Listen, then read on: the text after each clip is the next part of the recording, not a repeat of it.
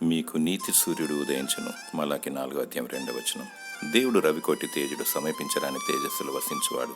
ఆయన ముఖము మహా తేజస్సుతో ప్రకాశించుచున్న సూర్యుని వలె ఉండెను. సూర్యచంద్ర నక్షత్రాదులను సమస్త విశ్వమును ఆయన ద్వారా సృజింపబడెను. సూర్యుని కాంతి కిరణాలు ఒక సెకండ్కు ఎన్నో లైటింగ్ ఇయర్స్ వేగంతో పరిగెడతాయి.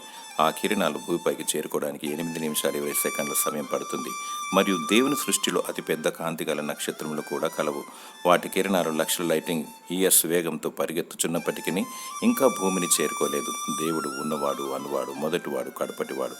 ఆయన గొప్ప దేవుడు. ఆకాశం నా సింహాసనం, భూమి నా పాదపీఠమని సెలవిచ్చాడు. ఆయన ముఖము సూర్యబింబం వంటిది. ఏ నరుడు ఆయనను చూచి ఉండలేదు. ప్రభువైన యేసుక్రీస్తు నేను లోకమునకు వెలుగును అని సెలవిచ్చాడు.